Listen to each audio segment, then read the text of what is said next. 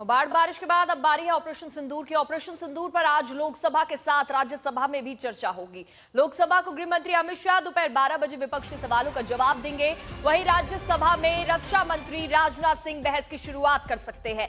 इससे पहले सोमवार को यानी कल लोकसभा में रक्षा मंत्री ने ऑपरेशन सिंदूर पर बहस की शुरुआत की थी और इस दौरान रक्षा मंत्री ने कहा कि ऑपरेशन सिंदूर के दौरान आतंकियों के ठिकानों को तबाह किया गया, साथ ही पाकिस्तान की हिमाकत का भी जवाब दिया गया। राजनाथ सिंह ने बताया था कि पाकिस्तान ने डीजीएमओ से संपर्क कर युद्ध रोकने की अपील की थी। इसके बाद लोकसभा में बोलते हुए विदेश मंत्री एस जयशंकर ने भारत पाकिस्तान युद्ध में किसी भी मध्यस्थता की बात को पूरी तरह से खारिज कर दिया था। हालांकि विपक्ष पहलगाम हमलों और युद्ध में भारत को हुए नुकसान पर सरकार को लगातार घेरता रहा और आज इस कार्रवाई का ऑपरेशन सिंदूर को लेकर आज बहस का दूसरा दिन होगा, जो काफी ज्यादा हंगामेदार रह सकता है।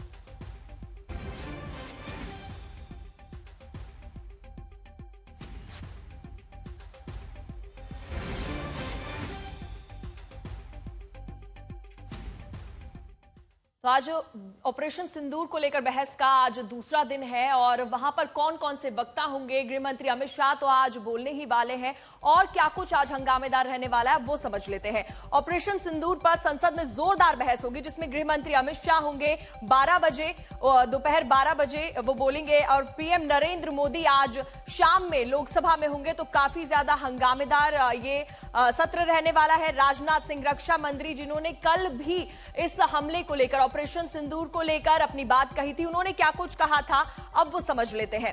राजनाथ सिंह ने भी कहा, वो आपको सुनवाते हैं कि राजनाथ सिंह ने कल क्या कुछ कहा था। अध्यक्ष महोदय, हमने भगवान कृष्ण से सीखा है कि शिशुपाल की 100 गलतियां माफ की जा सकती हैं, पर अंत में धर्म की रक्षा के लिए सुदर्शन चक्र उठाना ही पड़ता। हमने पार्लियामेंट का अटैक सहा है अध्यक्ष महोदय, 2008 का मुंबई अटैक सहा है, झेला है, लेकिन अब हमने कह दिया है इनफ इज इनफ। अब हमने सुदर्शन चक्र उठा लिया है अध्यक्ष महोदय। मैडम, अकाउंटेबिलिटी किस पर है? पहलगाम किसने किया?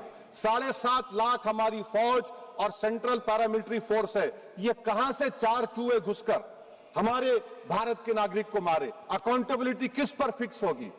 एलजी पर फिक्स होगी तो एलजी को बरतरफ करिए, आईबी पर आती है तो एक्शन लीजिए, पुलिस पर आती है तो एक्शन लीजिए, मगर आप ये समझ रहे हैं कि ऑपरेशन कर दिया और हम खामोश लोग भूल जाएंगे। अकाउंटेबिलिटी फिक्स करना पड़ेगा। मैडम, डिटरेंस आपकी क्या है? आपने सर्जिकल स्ट्राइक किया, आपने बालाकोट किया, फिर ये पहलगाम हुआ, तो आपकी डिटरेंस की पॉलिसी नाकाम साबित हुई। कश्मीर की पॉलिसी नाकाम साबित हुई। 370 हटा दिया आपने एक रियासत को यूटी बना दिया और उसके बावजूद भी दहशतगर्द। विदेश मंत्रालय की और विदेश नीति की आपकी सच्चाई 11 साल की तब सामने आई जब ये टकराव की स्थिति पैदा हुई। कितने देश आपके साथ आके खड़े हुए? एक देश का नाम बताओ जिसने आतंकी हमले की निंदा भी करी और दूसरी तरफ पाकिस्तान के साथ देने वालों की देशों में चीन, टर्की, अजरबैजान, मलेशिया जैसे देशों की, और आपके साथ एक ने भी बयान नहीं दिया। आईएमएफ ने $1 बिलियन का लोन सैंक्शन किया जिसका विरोध भी आपने किया, लेकिन आपके विरोध को आईएमएफ ने नहीं सुना। वर्ल्ड बैंक ने $40 बिलियन के निवेश का प्रस्ताव पारित किया, तो उसी महीने एडीबी ने उसी मई के महीने में $800 मिलियन का लोन पाकिस्तान के लिए स्वीकृत किया। दूसरी तरफ यूनाइटेड नेशंस सिक्योरिटी काउंसिल के अंदर पाकिस्तान को काउंटर टेररिज्म ग्रुप का को-चेयरमैन बनाया गया।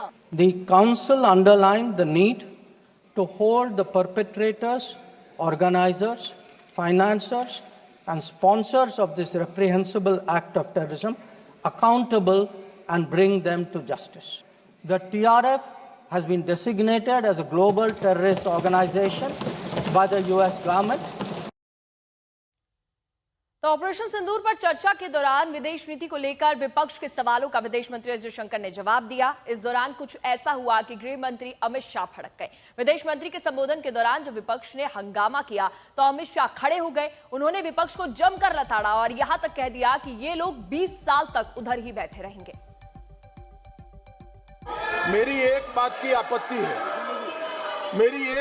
आपत्ति है, भारत देश का शपथ लिया हुआ विदेश मंत्री यहाँ स्टेटमेंट कर रहा है, उस पर भरोसा नहीं है, उनको किसी और देश पर भरोसा है।